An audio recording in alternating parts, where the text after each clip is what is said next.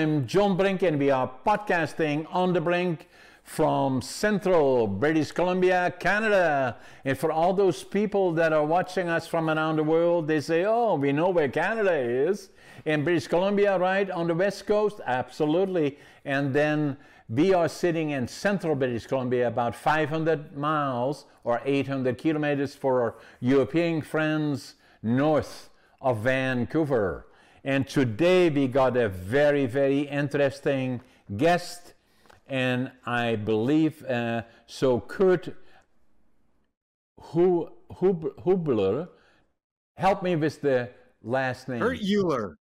Uhlir. Okay, sorry about that. I should have done that before it started. But so Kurt Uhlir is our guest, and Kurt is an entrepreneur extraordinaire and has been involved in many, many, many things, and he's going to share his experience with us. He's known as the king of scaling companies, and for a good reason. He's a globally recognized CMO, Chief Marketing Officer, CMO stands for, GTM architect, and a growth operator who's helped lead 60 acquisitions and exits, supports a $880 million IPO, and scaled multiple companies through hypergrowth. Kurt, welcome to the show. Hey, thank you for having me. So, entrepreneur extraordinaire, so share with us, I know your education and background. Where were you from originally? You are now in Georgia, I believe? I'm now in Georgia. I'm in the mountains of North Georgia in the States. I can see it in the background. It reminds me somewhat of British Columbia, actually. It's beautiful this time of year. We're like 1 week away from peak leaf season, that changing of colors. So right. So where are you from originally, Kurt? And then you taking you through your educational cycle, and then getting to the point of becoming entrepreneurial and experience that are made you in demand globally in acquisitions and corporate strategic planning and all of those things. How did it all happen? Yeah, great question. So I kind of had that split childhood. I grew up in a southwest suburb of Chicago in the States. And when my parents were, when I was 11, my parents retired south to North Alabama. Kind of grew up in the city and then very quickly moved to very rural America. And it was a big culture change to me. But so that was kind of like that initial, always been on technology and operations and systems because my dad had retired from Bell Labs, although they had gone through many names, as you're aware of. Sure. Came AT&T and then Lucent Technologies. And my first billable hours we talk was when I was 9 years old. He took me into the office, and I solved some math equations that they had been struggling with. And so he did what any good father would do. He said, "We would pay somebody for this, and so you're going to pay my son to solve." I like it. Christmas, but when we moved south. I loved Alabama. I love rural America and Canada and other parts of the world, but school didn't challenge me a lot. And so I started getting into trouble, and Dad said, you need to find a job. And so at 14, I started a lawn care business. At 13, but starting January 1st of my, when I became 14, I had to form 2 LLCs because I already had more than a dozen people on payroll. And I didn't know at that time, and you mentioned the king of scaling, I'm really good at systems and operations. And so I think for your career, like, it's one thing to do the job. It's another thing to realize what you're really good at. So exactly. I can mow a lawn, but what I was really good at was walking up and knocking doors, not minding if people said no. And very quickly I went, I've sold way more properties than what I could possibly do myself. So I had to hire a friend and then another part-time friend. And then I hired one of those friends' dads. And that kind of started me on something before I went to college, that I had multiple businesses running quite well. And so once you then went to school, so what did you take in particular? I went to school initially to study biomedical and electrical engineering. Why? And I thought that's what I was going to do. I wanted to become like a biomedical surgeon, maybe design prosthetics, but you have to be able to do surgeries usually for that. And Right. I'm not good at memorization. And so I went to Vanderbilt in the States, and I was actually told by like 3 professors, if you cannot memorize, you cannot go into engineering, which now we know isn't true, but that's what mainstream schooling told me. And I was like, wait a second, I'm now on, like as an adult, I'm now on 20 patents for technology that you and I use every day that have been licensed by Google and Apple and Meta and all these other companies. But yet I had people in college telling me, because you can't memorize stuff, you can't come into engineering. Yeah. So it's just kind of like me. I failed grade 3 and I failed grade 7 3 times. And the teacher said, John will not amount to much, so he may become a laborer. And so, but that still always kind of stands with me, not an obsession, but I kind of think about it now as tongue-in-cheek, but it's always stuff that's why it is so important that how we communicate to people that are younger as they're going through all the things that they do. Try to stay positive with them, but that's what they would say. John will not amount to much, and so. And it was always something that I wanted to prove to me, not to anybody else, that I could do it, Right. I mean, there are things like, I was glad, I mean, that was pointed out to me. It has proven out I'm not really capable of memorizing like that long list. Some people, you can show the list of 20 items or 50 items and they'll memorize it. You could offer me $1 billion if I could memorize that, that list of 40 items in the next hour, and I couldn't do it. No. But that actually makes me really good, because because I'll remember this conversation in 2 weeks, but the exact words I may not. So whether I was playing a hand of Texas Hold'em, I don't remember what the cards are when I throw them in. No. But I also don't have that concern about a loss from a business opportunity, because I'm just thinking about what I can learn and what do I do next. Exactly. And so you must have been still fairly young, understanding your strength, though. Already starting lawn mowing, and then from there on in, there is a lot of things that are similar to me in the things that I did. I was very, very good at organizing things, and then I spent 2 years in the. I grew up in Holland, I should just say, and so there were 2 years that we had to go being drafted. I was drafted in the Air Force and Special Forces, actually.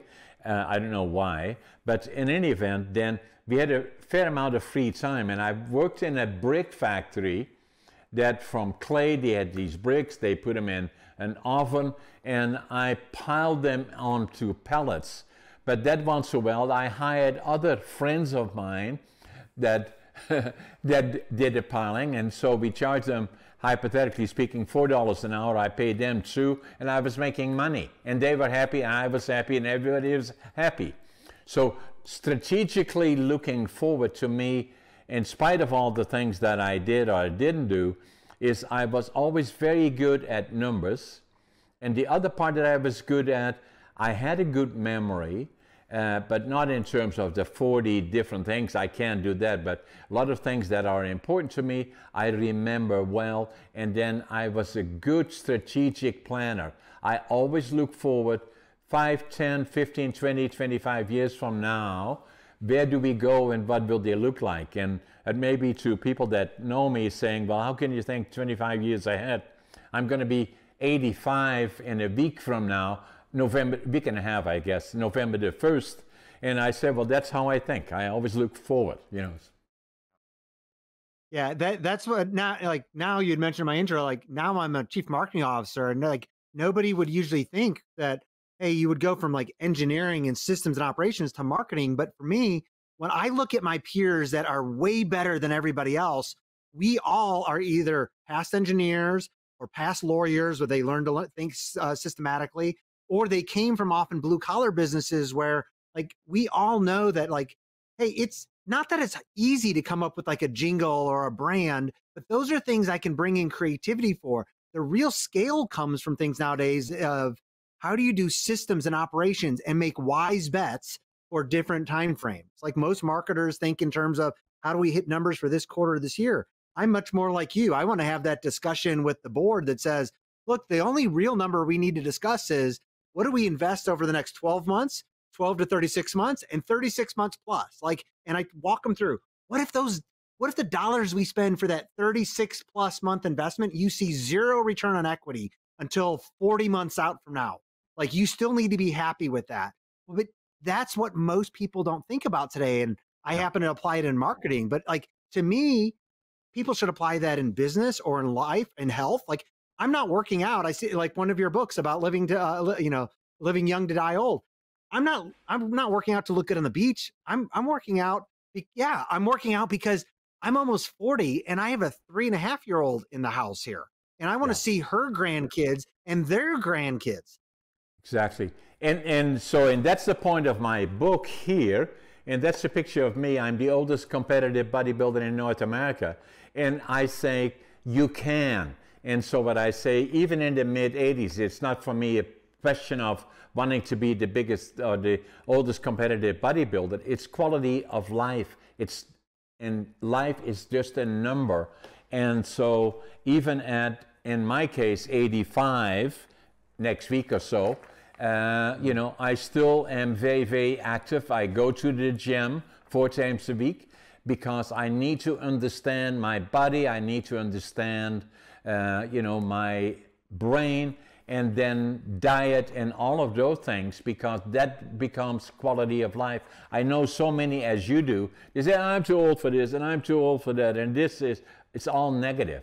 It's say, you can, everything is possible. Yeah, everything's possible. And I find that I need to surround myself with mentors and coaches that will speak into me things I may not necessarily want to hear. Like I'm big on kind of the nootropics, like biohacking bit, but I tend to focus a little bit too much on optimizing for today. So I have a health coach named Paulo, and like Paulo pinged me the other day. I asked him a question about methylene blue, and he was like, that's great, but has your sleep scores improved? Like, that's okay. But if you haven't come back to this, you're not going to hit that 120 that you want. And so I need Paulo sending me messages as a friend and a coach to say, hey, the goal you set is down here. And so I'm glad you're focused on today, but let's make sure you're still doing the things that'll be meaningful tomorrow. Exactly. And that's so critically important. And understanding it, it took me a long time, Kurt, be very frank with you, so I had to get a real wake-up call. And for me, that came in 2008. I was already 68 years old and I got a case of diverticulitis. And for the people watching us, is that I'm not a doc or medical guy, but I know when it hurts on the right side, it could well be appendix. And on the left side, maybe your colon or diverticulitis. And docs would say, likely, I'm not a doc, obviously, but from reading and understanding, is saying that eat more greens, blah, blah, blah. In my case, it ruptured. And so then the toxins go through your body and it becomes very, very delicate. Timing is very, very critical. And if you go past 48 hours, it will start affecting the other organs and it could kill you. And so I got to my doc. He said, get to the hospital. They operated on me, took 20 centimeters out of my colon. And the doc said the following morning, you came this close. And I said, whoa. So that was a lesson for me. My wife that I've been with for the last 42 years, she is vegetarian, and I kind of was there, but not quite. And I was also one of those that, you at the end of the year go through this, that, and the other thing, and you're going to buy a membership to the gym. And then 2 weeks later, you can find 100 reasons why you're too busy to go to the gym. I knew I had to change that. And my life is like yours, is from meetings to meetings. And I need to have an appointment. So that gives me I always make sure I follow up on my commitments that I make. And so that's how it became for me. And that now is nearly 16 years ago. And after going to the gym and being overweight and doing all those things. After about 6 years, somebody said, "Hey, John, have you ever thought about competing?" And I thought, "Me? Yeah." I said, "Well, why not?" And so I did. And I started working out towards that. And then by the time I'm in my early 70s, I started competing bodybuilding and physique in northern BC. Came in second in bodybuilding, third in physique. The same then provincial, and the next national, and then on the Arnolds. And then COVID came, and that kind of upset things to a certain extent, but I stayed fit. And now again, I'm working towards at 85 in a week and a half here. This is how I look today, and again, getting ready to compete in the Arnolds in 2026. And so, but it's quality of life more than anything, and then the same what I do with, I'm probably vegetarian, I would say 90-10. And I like that, and I'm very careful about what I do. Sleep is important for me. I sleep 7 to 9 hours. The first thing that I do when I wake up, I drink about 10 ounces or more of water every day. That's important to me. And then the other part is that obviously diet, very, very important. I'm very careful about what I eat in the mornings. I usually have 4 eggs and an avocado. At noon, I usually have a protein drink. Mid-afternoon, I have another protein, and then more protein in the evening. So I'm very careful about all the things that I do, and it works for me, and I like it. Yeah, I think that's the key for me is I have to find what works for me, both from a business perspective, and I'm much more agile from a work perspective about reconsidering things. But like from my health, so I'm the opposite end of the spectrum of you in some degree. I'm carnivore, but more anthropologically carnivore. I was strict carnivore for almost a year, but now much more that anthropologically, where if I want grapes, or if I want something that's in season, I'll eat it. But predominantly, I'm going to be a meat person, because I think like Dr. Mark Hyman kind of says, like, compared to most people, you and I are actually the same, because he says, look, he doesn't really love carnivore. He's not a huge fan of purely vegetarian, but he's like, it's a whole foods thing. And so he's like, from that perspective, he thinks the pure vegetarians and pure carnivores are so far out on the spectrum, but like they're almost brother and sister compared to how everybody else eats. And I'm like, it's just easier for me. For me, it was a system that I had to come in place, just like to your point about working out. One of the rules that I have is I do not allow my morning self to make decisions.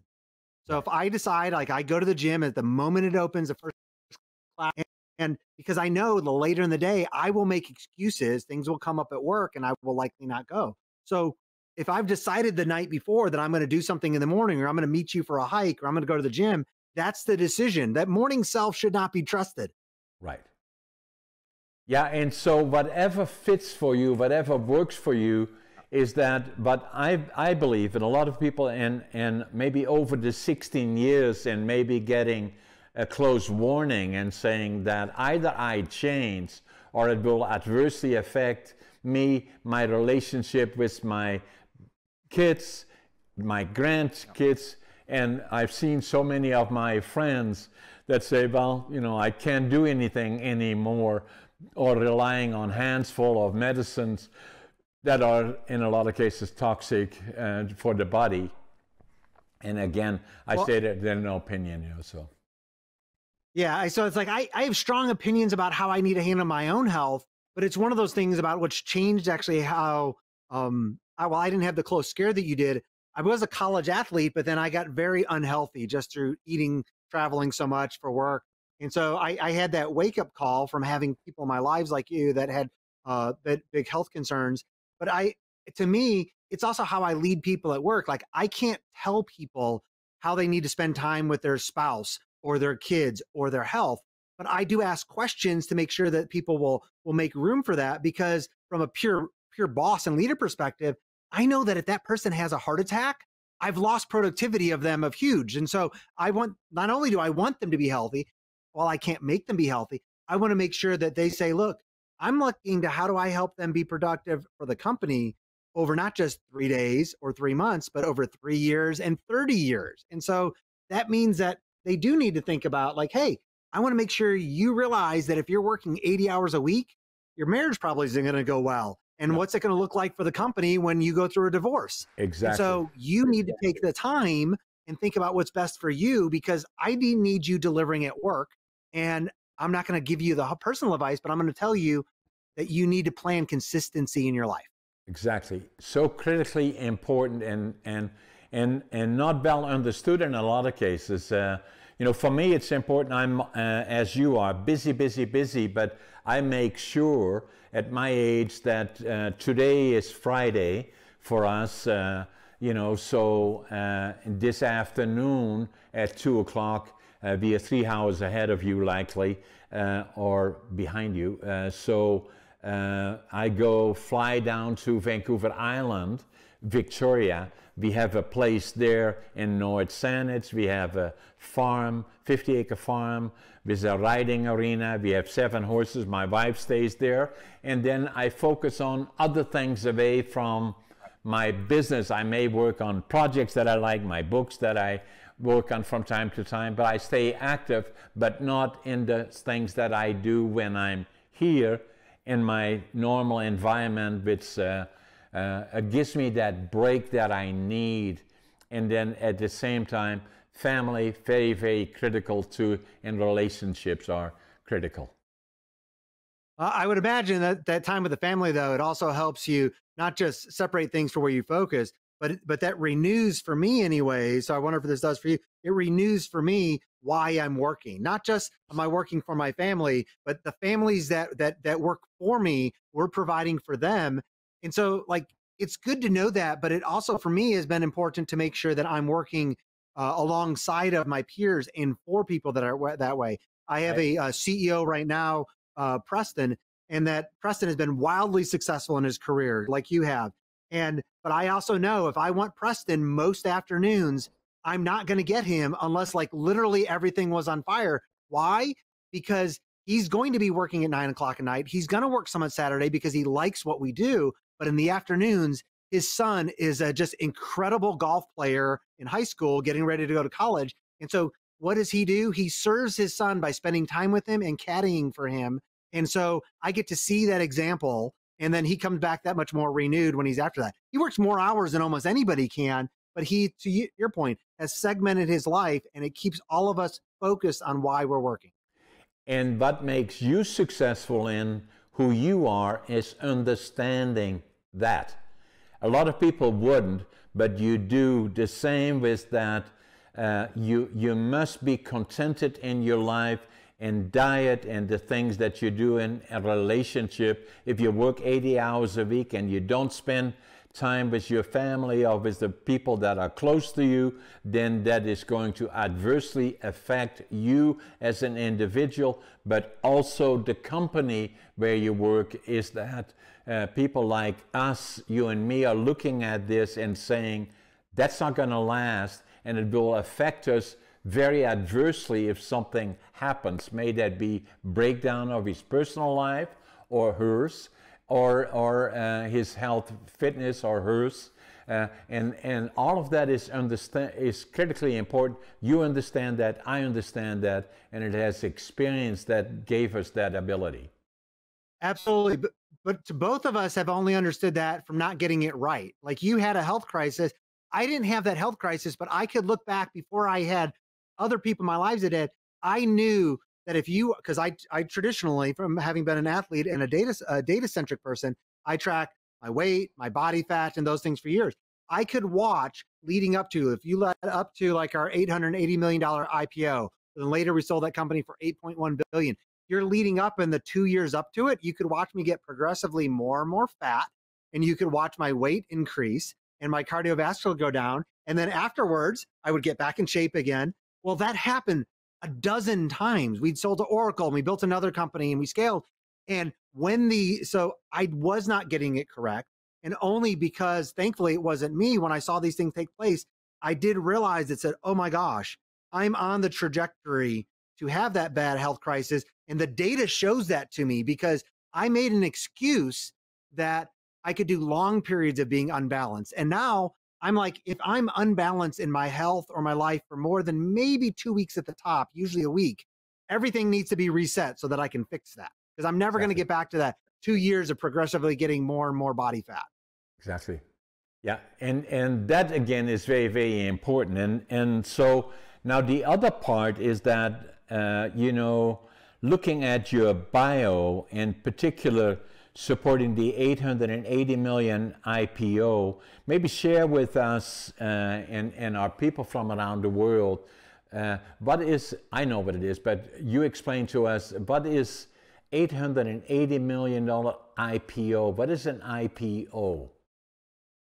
An IPO is when a company first sells the shares on a stock exchange. And a lot of times companies, when they're first doing that public offering and they're selling stock, they're getting capital, new fresh capital into the company to help continue growing it.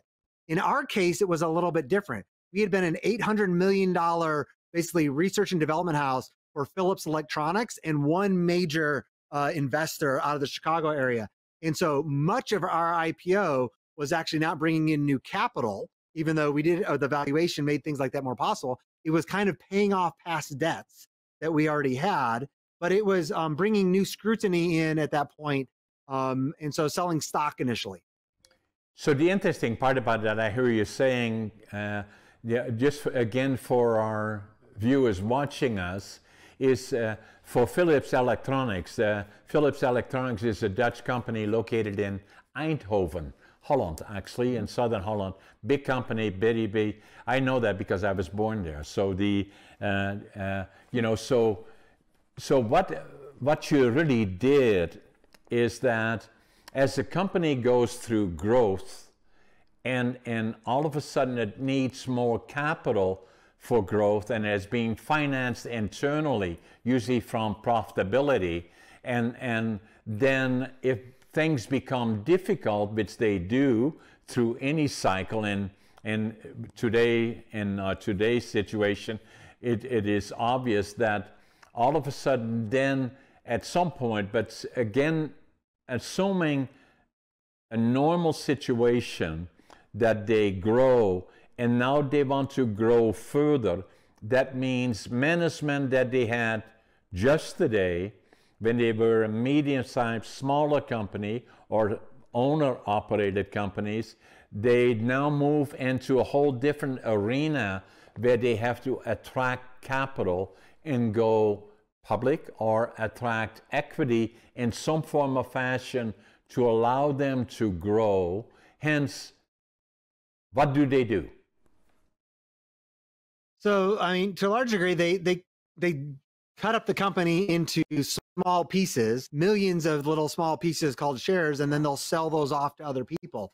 And to your point, from a growth perspective, like I really kind of like split things into there's two major types of investors, and that's who's starting the company to growing thing. There's either the family offices, that could be an individual or it could be, a larger family that says, look, we're looking for growth over longer periods of time and things that will throw off cash.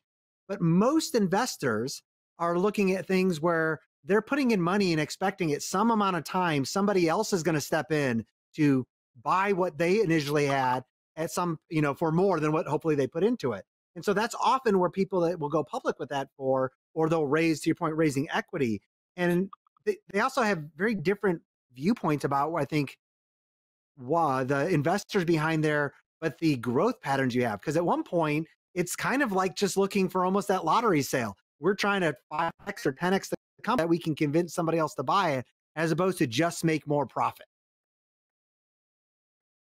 So, especially now, with all the things that are happening in the economy, and the politics, not talking about the politics necessarily, but we are in Canada, you're in the United States, and so things have been challenging globally in a way, in particular as it relates to tariffs, duties, and all those other things that it's always, from my perspective, we have 10 different companies. We have 4 silos. The one is lumber manufacturing, bit of a challenge now, relying heavily on the United States. The second one is warehousing, distribution, and logistics, very successful company. And then the other one is, the third one is real estate, residential, commercial, and industrial. We're probably by far the largest company, real estate company and warehousing company in northern British Columbia. And then the fourth one is media. So I do books, I do presentations, and I'm a very active podcaster as well, and looking at potentially a platform. We just received, actually just today, received my, I'm going to show it to you here, my book from, I haven't even opened it yet, my 1 million subscribers from YouTube. And congratulations. Well, thank you. So and saying, well, what is the next step, John, at 85? Well, saying, so the 1 million is quite an achievement, and thank you to all the people that subscribe to us, and it encourages us, obviously. And then the next one is, a big step is 10 million subscribers, and you get the diamond. So I did already my calculations. By the time I get to that, I will be 104. You might. It should go faster at this point. Now you're starting to get it figured out. You're at 1 million. You see, that's you, the marketer. So in saying, okay, let me look at very quickly. You look at all these things and saying, okay, it's only take a little bit, but what will happen now? The pace will start picking up. That's what it does. And if you keep doing the right things, then what are you doing in the right things? Just talking about, I love podcasting. I love the media platform that we have, because reality is what is happening. The CNNs, the ABCs, and the Canadian ones, Canadian Broadcasting, BBC, are going down in viewerships. The newspapers are going down in viewerships. What is coming to the surface is opportunities in podcasting globally, and it's still very much at the beginning.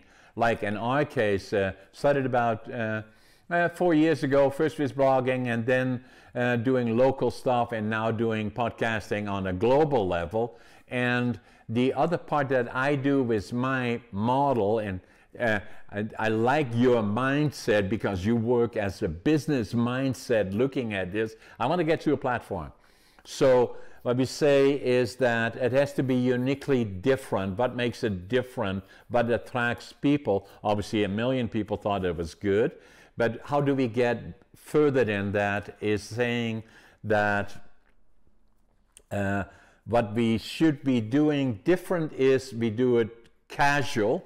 My conversations with people like you, a financial expert and an entrepreneur extraordinaire, I should be able to speak with people from different categories. And what gave me I've always been interested in a whole lot of things, including business, but a lot of other things as well. That makes that interesting. The other part that I do with podcasting is that even ours, once we finish our podcast for about an hour, we release it within 2 hours. It will not be edited. It is what it is. That's what I do with my podcast. And so that makes us uniquely different from a lot of other people. And I like that part, and it creates success, I believe.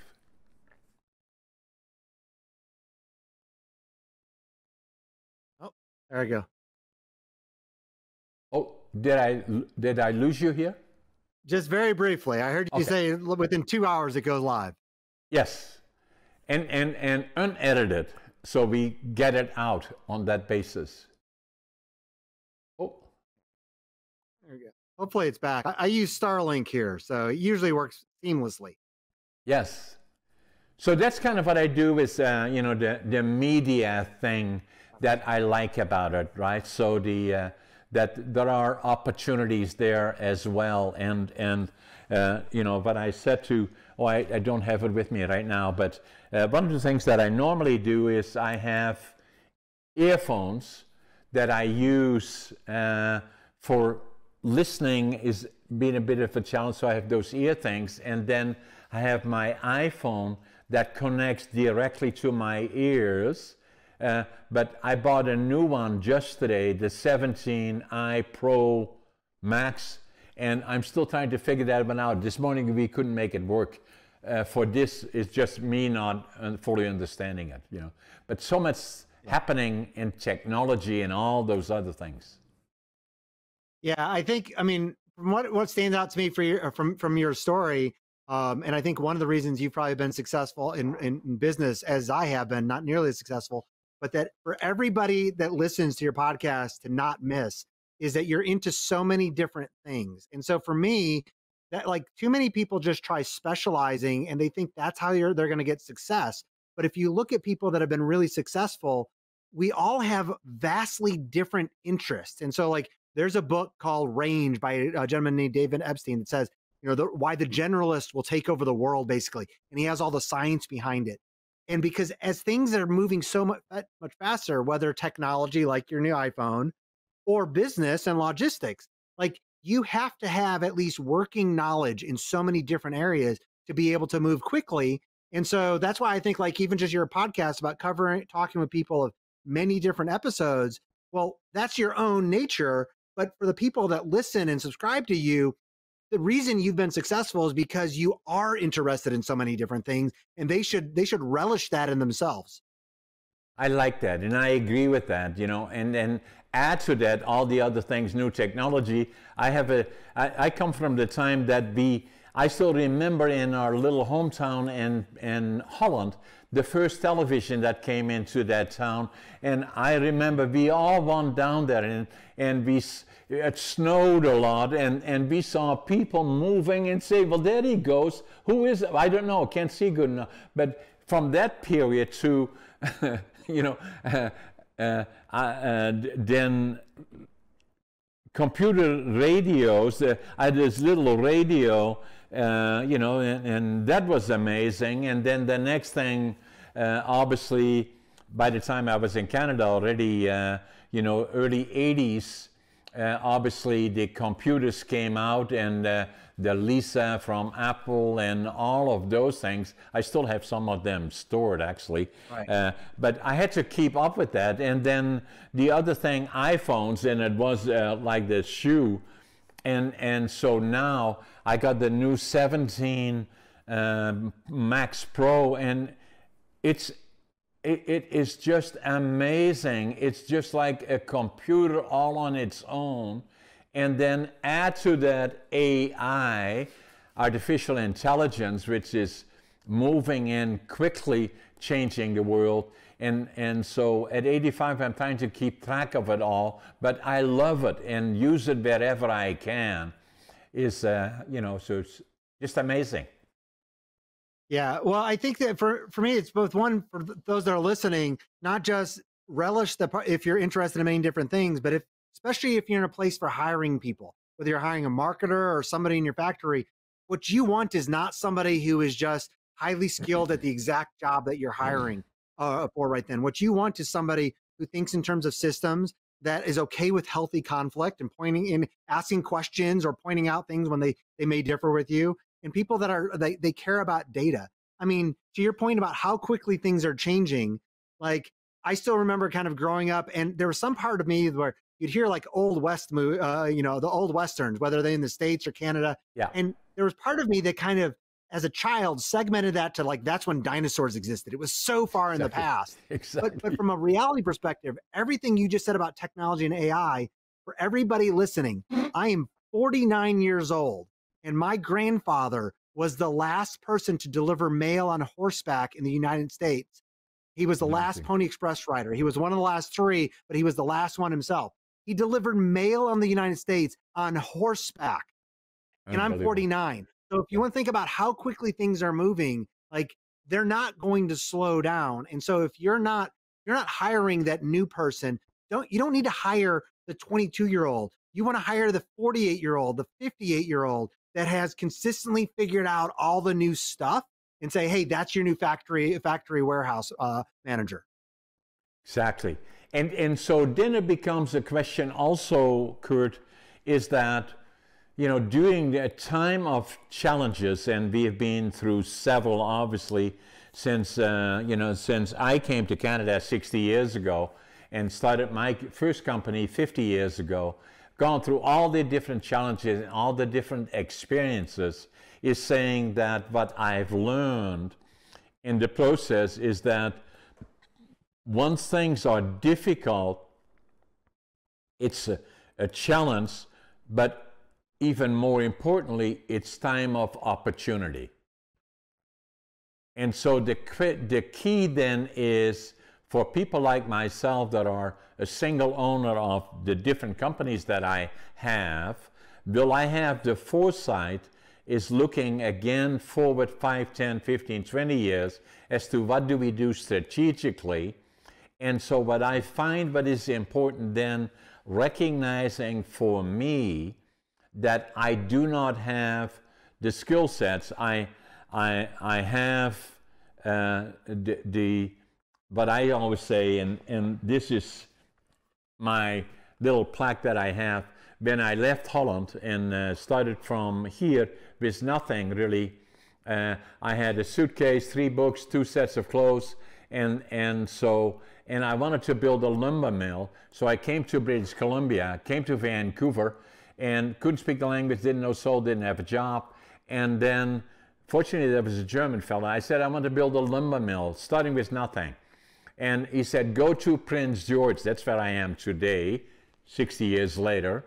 And so came off the bus here, Greyhound, 12 hours from Vancouver.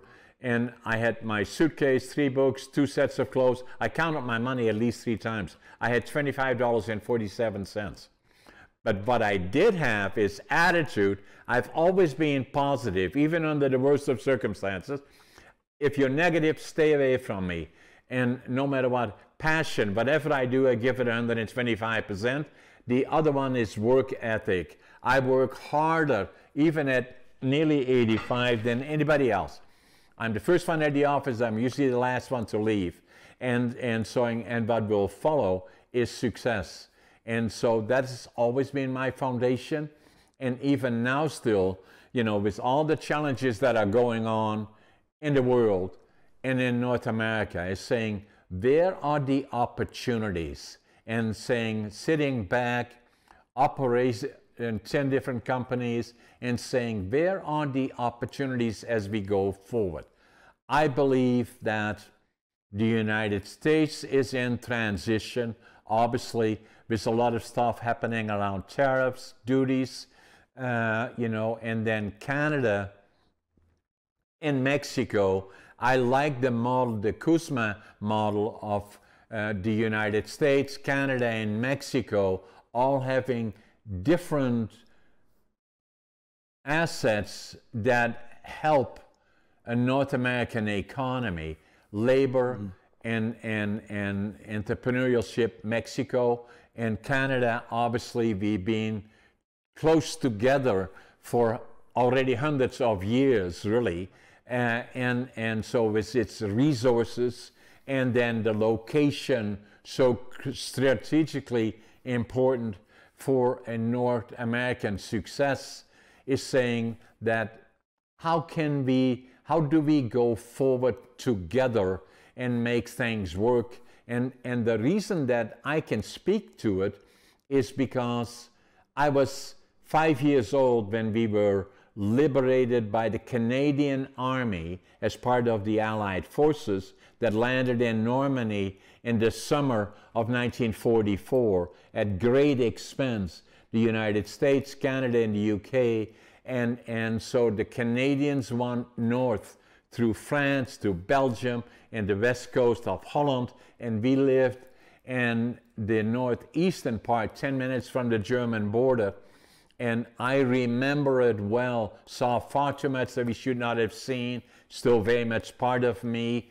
And I remember April the 12th, 1945, at 5 years old, we were liberated by the Canadian Army, and it made such an impression on me that I knew once I grew up I would go to the land of my heroes, Canada, and I did. And then the other part, I want to start with nothing, and right from the ground up, because it was academically, I was a challenge for me and so I want to start with nothing. And so I did that, and then came to northern British Columbia. But the other part that I believe in terms of the United States and Canada, it was the Marshall Plan that came into effect in 1947 that rebuilt Europe, and it was led by the Americans together with Canada, UK, and others that rebuilt Europe and made our close connection that I believe is so critically important, and even so more important now as we go forward. So as I look forward for the next 5-10 years, I would hope that again we will work as close together as we did then, working with the difficult areas around the world, and working together to me is very, very important. Yeah, I love reading about that time.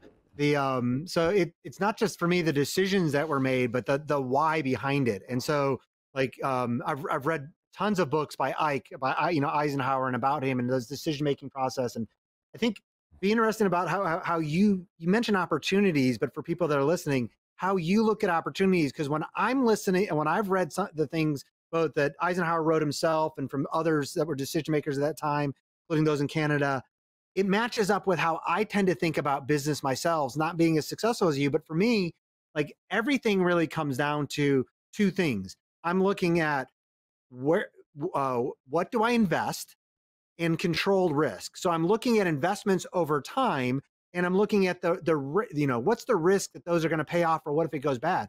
Eisenhower looked at it and was like, if we don't liberate Europe, what does the rest of the world look like? Afterwards, to your point, the United States, if we don't rebuild Europe and the Western side of Europe, what will happen to the world if we don't rebuild the basically obliteration that has happened there?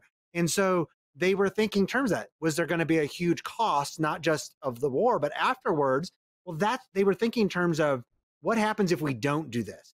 In addition to, this might not pay off in the next 10 years, but what is the next 100 years, the next 200 years? That's how I tend to think about work. But how do you consider opportunities when things change so quickly? Yeah, so I would agree with you strategically looking at the Marshall Plan that rebuilt Western Europe from the devastation of war, especially with the Russians coming in closer and closer, then that was critically important. From a business perspective, in my case, you are at 49, you are still young compared to me. And so at 85, as I said, I'm very proud of the fact that I got my 1 million subscriber plaque that I will unpack, and it will be hanging here above me, and I'm proud of it. But then how do I get to the next one is that I did my calculation already, and with your advice is saying that in my calculation, it said by the time I get the diamond, I will have to be 104. But you corrected me and said, no, John, what will happen is that once you hit that milestone, the pace will start picking up. So it could well be that I'm only 95 years old by the time I get to the diamond. That would be good. And then, you know what I'm going to do then? Then I'm going to look for Kurt and say, where is Kurt? Is he still on Facebook? Or sorry, still on podcasting? Because I need to talk to him. I'd love that. I think he'll probably, I could see you doing it before you turn 90. We'll see. What we should do, Kurt, is that we can spend another hour talking about the other things, and we have to do more, yet I want to stay in touch with you. And for all those people watching us, in particular with this and with your comments on it, is that, I haven't even unpacked it yet, so let me see. So this is what... we're the first to see it. Yeah, you're the first one to see it. So that is the one, 1 million subscribers. And I want to thank all those people that supported us and subscribed to my podcast and others as well, because it gives people like me and many, many others encouragement. Share it with others, and make comments on it, because that gives us encouragement to do more podcasting as well. Yeah, absolutely. So in closing, Kurt, looking forward in terms of from a business perspective, to the younger people in particular, you already made comments about it, that formal education, as we understand it, is very important. But what is equally important and also very important is living it is critically important, and understanding it is very important. And so what I would like to share is that when I came here in July of 1965 with my suitcase, 3 books, and then 2 sets of clothes and no money, the question asked likely would be, so John, what were the 3 books that you had with you? And the one book was Management by Drucker in Dutch, and it kind of showed where I was from. The second one was Logical Thinking in Dutch, and then the other one was about Canada. But those 2 books became the foundation of who I am today. Oh, I can see that. I have I've read them both, but not in Dutch. No. My dad spoke 7 languages. If you count, there were 2 different dialects of Turkish, and the only thing I learned was American and Southern. Yeah. Well, you're an amazing entrepreneur extraordinaire, a very, very effective and good communicator. Communication skills, critically important to success. My last book about that came out in the end of July, is $1 billion communication skills. It's not a book how to become a billionaire, but what it is about is that they would not have been successful if they had not acquired or were good communicators, because without that, it's not being taught much, but without that, you will not be successful, in my opinion. Yeah, you have to be able to, I think, not just communicate well yourselves, but for me, what's almost more important from a communication perspective is acknowledging that most people do not communicate their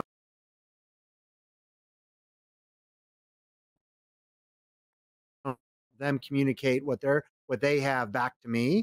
And so part of being a great communicator is trying to perfect myself, but realize that in others, so that I can try to understand what they may not be communicating well, because there's value in that. And the point, and I agree with you 100%, Kurt, because I say that, and I was not a good communicator, became part of Toastmasters, which was very, very helpful to me, became a distinguished Toastmaster. And for the people watching is saying, what is Toastmasters? Look it up, because what I was taught there to first and foremost become a good listener. And so that's the most important part about communication skills. And then the obvious other ones are to be articulating on your feet issues that come in front of you in some coordinated way. And then the other part is evaluating others that make presentations, and then being, lastly, a good communicator in terms of speaking skills. Yeah, I'm amazed at how many things that I want to be better at, that the true way to learn them is actually by focusing myself on the opposite. How do I learn better to communicate better? I listen better. How did I learn to be a better leader? I learned to be a good follower. One of the probably my most prized thing I've ever heard from people, having not heard that, like, I'm proud of you from the dad, but it is from 2 different mentors telling me over in the past, unsolicited, you are one of the best mentees I've ever had. And I'm like, that to me, that's like, I'm trying to learn from these people. And so, like, well, of course I'm going to try to be the best mentee or the best follower if I'm working for you, because, but what's happened from that is it has helped me become better at what I want, but it's usually not for trying what you're trying to do. You want to be the best speaker? Pay attention how others are doing it. Exactly. And listen. I agree, Kurt.